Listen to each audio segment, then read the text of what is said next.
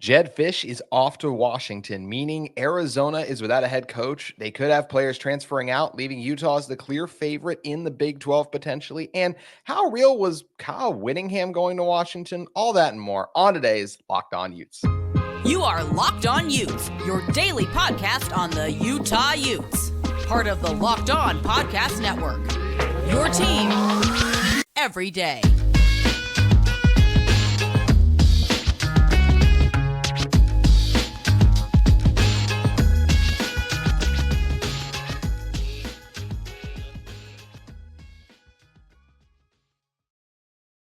Hello, everyone, and thank you for making Locked On Utes your first listen every single day. We are available on all platforms, including YouTube and wherever you may get your podcasts. If this is your first time listening to our show, make sure you like and subscribe. Love interacting with all of you in the YouTube comments, as well as on Twitter. You can follow our show at Locked On Utes. Today's episode of Locked On Utes is brought to you by Jase Medical.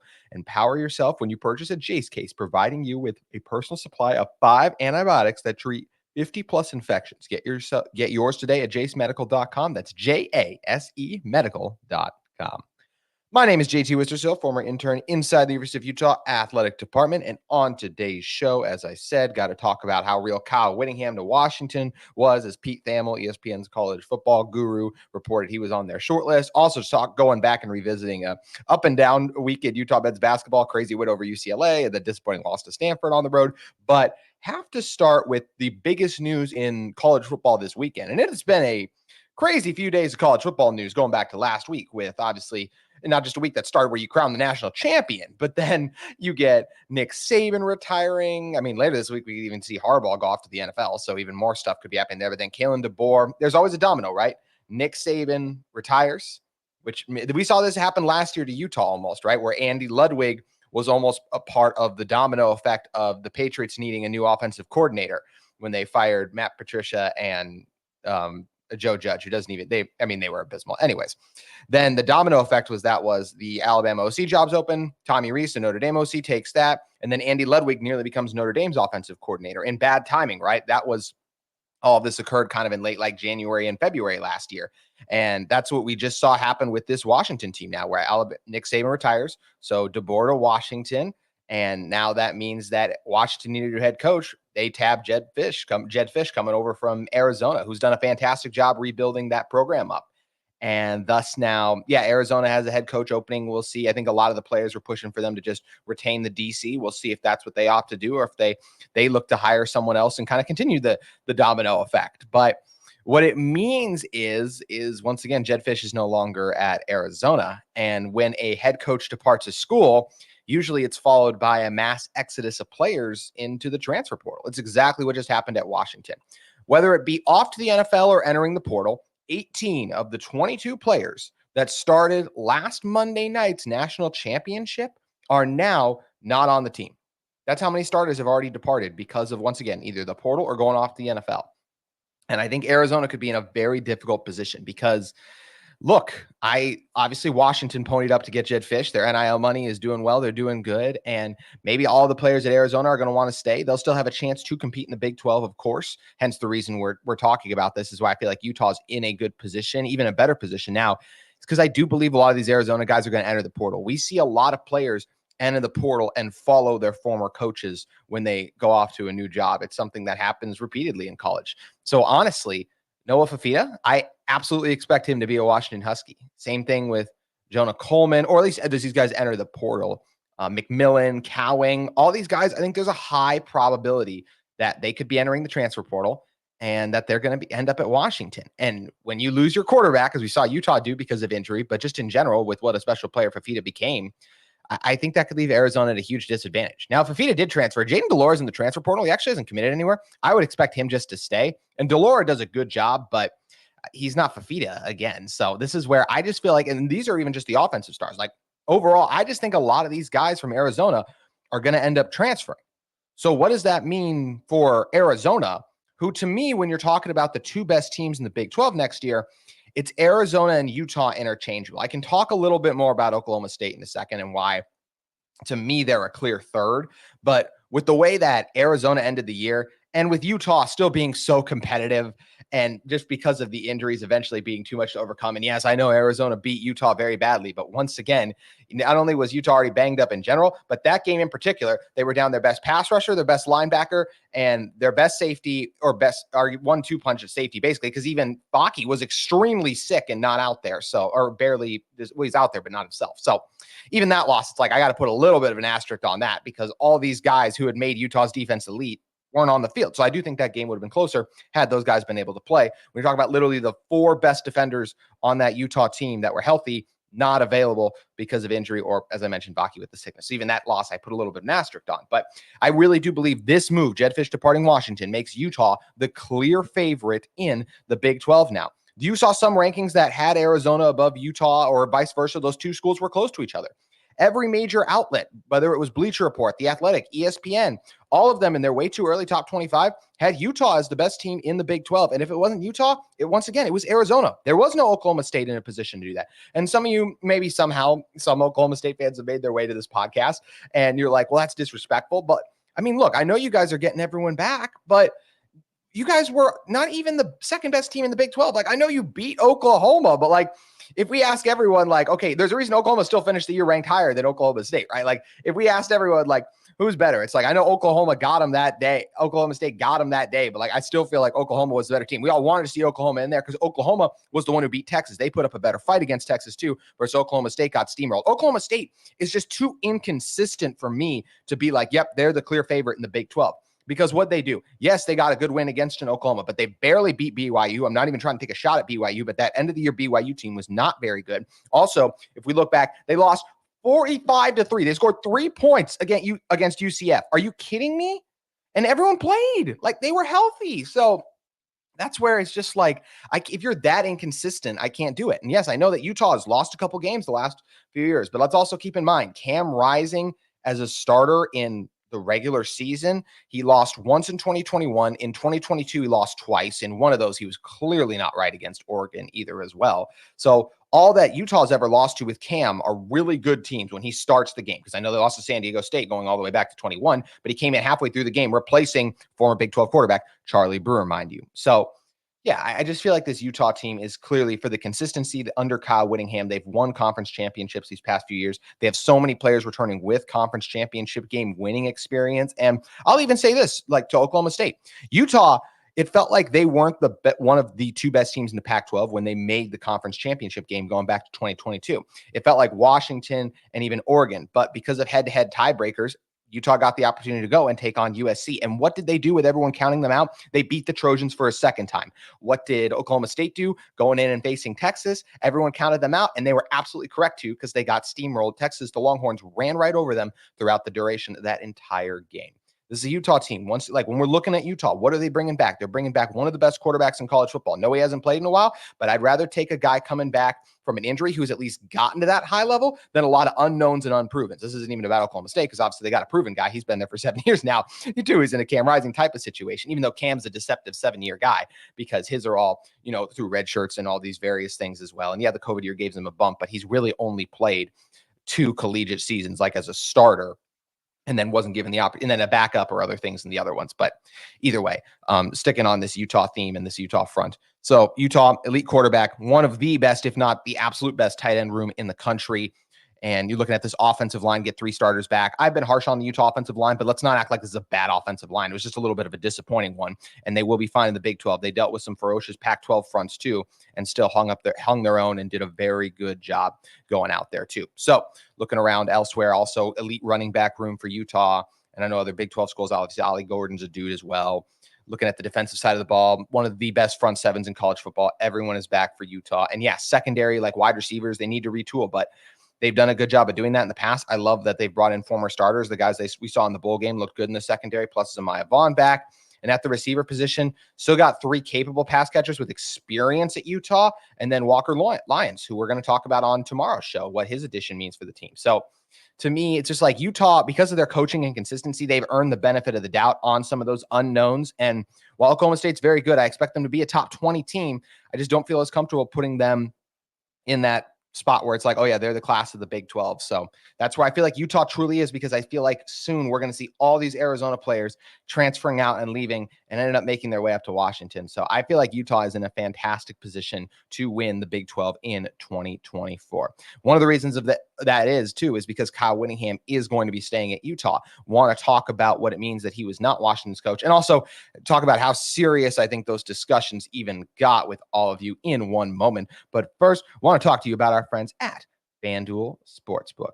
The NFL regular season has wrapped up. Even the divisional round is over, but there's still time to get in on action with FanDuel, America's #1 sportsbook. Right now, new customers get $150 in bonus bets guaranteed when you place a $5 bet. That's $150 in bonus bets, win or lose. The app is easy to use. There are so many different ways to bet, like a same-game parlay. Find bets in the new Explore tab. You can make a parlay in the Parlay Pub, the best way to find popular parlays, and more. So visit FanDuel.com/lockedon and make your first bet a layup. FanDuel, an official partner of the NFL. And speaking of NFL bets, what a crazy weekend we saw in the divisional round, whether it was Matthew Stafford Matthew Stafford falling to the Lions at home. What a huge win for Detroit. CJ Stroud showing out. There's a lot of playoff matchups still up in the air because of the games. Actually, all the playoff matchups are still up in the air because we're waiting on the games to play out on a Monday. So make sure you guys keep it at FanDuel. So many great, exciting actions. This was a week where we saw a lot of the best quarterbacks win, put their teams on their back. CJ Stroud, Patrick Mahomes doing their thing. So my advice going into the divisional round is I would follow the quarterbacks. That's all I'm saying. But we're going to continue to talk about those lines all week long, and make sure you check them out at FanDuel Sportsbook. All righty, coming back in this one. Happy Martin Luther King Jr. Day to all of you as well. Appreciate all of you for continuing to tune in and listen to this show. You know how much we greatly appreciate all of you for that. Now, moving on off of what happened at Arizona to what's happened at Washington. As we said, Washington, Pete Thamel reported this after Deboer left. Washington will be an attractive job. Officials there for now won't have any college market competition. So he said a quick list, no order, just of candidates. Lance Leipold, who did turn them down. Very interesting. Turning down Kansas to stay at, or turning down Utah. Geez, JT. Turning down Washington to stay at Kansas. Wild. That's a crazy world that this become. Then Jedd Fisch, obviously he took it. Matt Campbell, Ryan Grubb, Barry Odom, Chris Kleinman, Dave Clawson, Kalani Sitake, and of course, Kyle Whittingham. Really quick before I dive into the Kyle thing, like just going back to the Lance Leipold, like props to him for staying at Kansas. And look, maybe Kansas can be really good next year, but I still got to see them do it before I can completely believe in Kansas football. It's just hard for me to do. Utah football is better on paper than everyone on their schedule, according to when we see these way too early top 25. When you see these rankings, Utah is going to be higher than everyone on their schedule. Now, they have to go to Stillwater, who I know I just disrespected Oklahoma State in some people's eyes, probably. Still a top 20 team. Not going to be easy. Even Colorado, by the end of the year, it's the best quarterback in the conference, and maybe in college football next year, Shedeur Sanders. So another one that could be tough and interesting, but it'll be interesting to see Utah's schedule when the dates of it all come out. But once again, they are better on paper than everyone on this list. But sticking with Kyle Whittingham. So the reports came out once again. Pete Thamel, another job where, because A&M, he also said the same thing, like Kyle Whittingham was a name to watch for at Texas A&M. I believe Kyle Whittingham is a name that some people at Washington were interested in. But I also think this, whether it was them, and this is all speculation, none of this is reporting, whether it was them reaching out to Kyle Whittingham or just thinking through this more, it doesn't take a very hard look at Kyle Whittingham to realize, do we really want to hire a coach who's talked about retirement? Like, I just think that's not the greatest move, right? Like, this isn't the NFL. This is different than hiring Bill Belichick to be the NFL team for 3 years. Like, with the way recruiting is and everything, and even Kyle Whittingham, right? Like, it seems like he's on a year-to-year basis almost. Like, if he's retired a year from now, I'm not surprised. Are you guys? He's kind of talked about, like, each year, like, he's like, oh, when I lose my passion for it, I'll step away. Like, he's definitely going to coach this year. But, next year and the year after that, like, is Kyle Whittingham going to be coaching Utah in 2026? I don't think so. So I think that's where it's like, do you want to hire someone who's not even going to be there for 3 years? And yeah, maybe if you hire Whitt, like maybe you could bring some of the staff over, but even that, like, what if Utah just ponies up to keep those guys here? And then, I mean, as much as Washington has already spent, as much as Washington already spent to get the head coach, we saw that willing Utah can easily outpay them for an assistant to become, like, if you, let's say, whether it was a Morgan Scalley, Andy Ludwig, whatever it is, like Utah could pay more to make one of those guys their head coach rather than having them be a higher paid assistant at Washington, I believe. So yeah, that's where the whole Washington discussion, to me, once again, I just don't think it got very far with Kyle Whittingham. I think he wants to stay at Utah. I think what he's built here is special. He knows he has the job as long as he wants. And he's already, once again, he's talked about it. He is closer to the end of the road than the beginning. And I think, I don't know if he really wants to go through the change and go up there and try to keep everyone. And why it's a new recruit. It's still slightly new recruiting area. Deal with the Big Ten, all that extra travel. I know he's got to deal with it in the Big 12 a little bit, but not as drastic as Washington's going to have to deal with, going out to the likes of a Penn State or Rutgers. And I don't know Washington's schedule off the top of my head, but that's just me saying in general how challenging some of the travel at Washington, and that's just going to be a wear and tear on the players for sure. So I don't think a deal was ever very close. I think Kyle Whittingham is going to stay at Utah. I think it's just a testament to Coach Whitt and what he has built at Utah, that Texas A&M and Washington, who all time are better historical programs than Utah. Now, Utah, of course, as of recently, well, with the exception, I can't say that about Washington since they just made the national championship game. But Washington just went through those down years a couple years ago. Utah hasn't been down in a long time because of Kyle Whittingham and the job he's done.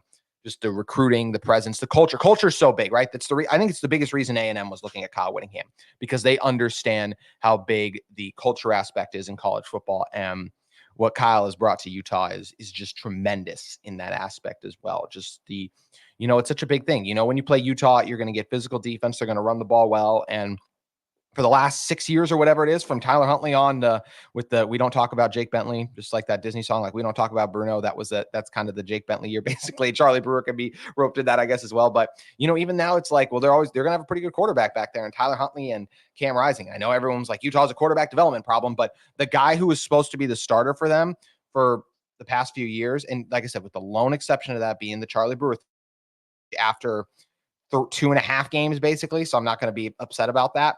Then after that, from there, we saw what this Utah team has been able to do with those guys. Take on this Utah team. They're so consistent. Everyone loves them for a reason. And it's because of the respect that Kyle Whittingham have demanded whenever you play them. It's the reason. Ham effect is a huge reason, the clear favorite to win the Big 12. And Mike Gundy's a really good coach who's won conference championships. But when I just look at this, Utah is bringing back so many players who help them win a conference championship. And I haven't seen this Utah team. Utah's never gotten blown out with Cam Rising. Like, they've had tough losses to Oregon. They lost to UCLA a couple years ago on the road too. But even those weren't like blowout embarrassments. Like, they were in the game for almost the duration of the game. There's no 45-3 on their resume like it is for Oklahoma State. And Kyle Whittingham is a huge reason for that. So all the credit in the world to Coach Whitt for what he built. And once again, just the whole Whitt to Washington thing, I don't think it was ever going to get that far. He's a great coach. There's a reason a lot of people would want him, but he's not going to be at your school. When you sign him for a 4 to 5 year deal, I have a hard time believing he's even going to get to even the third year seems like a big question to be on all of those, just based on the comments and what's been said. So something interesting to monitor and keep in mind, but I don't think the Whittingham to Washington thing was ever going to get very far. So that's going to do it for our football talk today, but definitely want to talk about the Utah men's basketball team and dive a little bit more about what they did to UCLA last Friday night, because man, was that a good time. And we are going to be diving into that in one moment. But first, I want to talk to all of you about one of the sponsors of today's episode of Locked On Utes, in our friends at Jase Medical. I know we come to sports to escape from some of the crazy realities of life, but can we just talk for a minute about preparing for real life? According to the FDA, pharmacies are running out of antibiotics like amoxicillin right in the middle of the worst flu season in over a decade. This is scary. I can't imagine a more helpless feeling than a loved one or one of my kids getting sick while a supply chain issue kept them from a life-saving medication they need. Thankfully, we'll all be okay because of Jase Medical. The Jase case is a pack of 5 different antibiotics to treat a long list of bacterial illnesses, including UTIs, respiratory infections, sickness, skin infections, among others. This stuff can happen to any of us. Visit jasemedical.com and complete your physician encounter. It will be reviewed by a board-certified physician, and your medication will be dispensed by a licensed pharmacy at a fraction of the regular cost. It's never been more important to prepare to be prepared, then today go to jacemedical.com and use code LOCKEDON to get $20 off your order. All righty. Coming in to close this one out, let's talk about what the Utah men's basketball team did to UCLA. 90-44. Gosh, it still feels good to say. Even off the bummer of the Stanford loss, I released that quick little social media reaction talking about that one. That one to me still comes down to free throw. When you shoot 4 of 12 at the line and your opponent goes 19 for 26, which even for Stanford, they should be mad. They went 19 for 26. Like, that's just abysmal, disappointing, awful, brutal, whatever adjectives you want to use in terms of the disparity there. You're not going to win games. Even when you get a triple-double from Davion Smith, you get 16 from Carlson, Madsen also chipping in, Ben Carlson hitting some big shots off the bench too. Caba with another 9. Like, when you give free opportunities at the line, 26 of them, and you only get 12 yourself, not going to win games that way. Just not going to happen. So that's where the disappointment was for Utah. But as we said, the highlight of the week was obviously Friday night, 90-44. Utah was up by 10 at the half and going to win the game 57-21.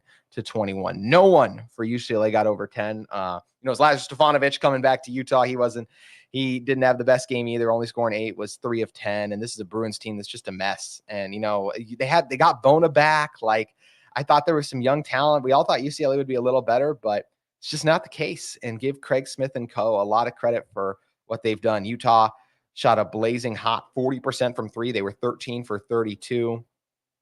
Whether you got Gabe Madsen and Cole Badgema combining to hit 7. Davion Smith, what a revelation he's been since coming back to adding 11. Caba with 14. No one with Utah had over 15, but it's just the way Utah was just destroying the Bruins that made this one such a memorable outing. I mean, UCLA only shot 31% from the field, 17% from the three-point range. They only even shot 50 from the free throw line. So just wild stuff. Utah had 14 offensive rebounds, so just out hustling them. 21 assists to 8. Utah had 5 blocks. Fast break points, they outscored them 17-3. The points in the paint, they doubled them up 38-18. Utah's largest lead at one point in this game was 50 points. Just incredible stuff. And it's just amazing. UCLA, as I incorrectly said, they did not make I said they made the championship game. They made a Final Four a few years ago, and they've been one of the best teams, not just in the Pac-12, but in college basketball. And was a nice, and yes, they are bad this year. Like, this is more bad UCLA than probably anything else, but it's a great sign for Utah just to see, like, once again, just like say it, like when you say Utah beat UCLA they led them by as much as 50 in a game. That's a sentence I didn't think I would say, honestly. Like, at any point hosting this podcast, did I think that Utah would beat UCLA in basketball by 46 points? It's incredible. It is absolutely insane. A huge credit to Craig Smith and company for the job they've done transforming this program. Like we said, disappointing loss to Stanford, but still fired up about this team. I think Stanford's a team too. They beat Arizona. It's not like that bad of a loss to me. They'll be fine. The Utah men's basketball team got some more tests coming up this week, and I expect them to continue to play well. Hopefully get Lawson Lovering and Raleigh Worcester back. Both those players dealing with some injuries right now, but I'm feeling good about this men's basketball team, as all of you should as well. Still got to talk about the gymnastics team, the women's basketball team, and so much more news for Utah football, as the offseason isn't really real when there is so much always going on in the world of college football and the Utah football program. So we look forward to seeing you this rest of the week on Locked On Utes. Have a good one.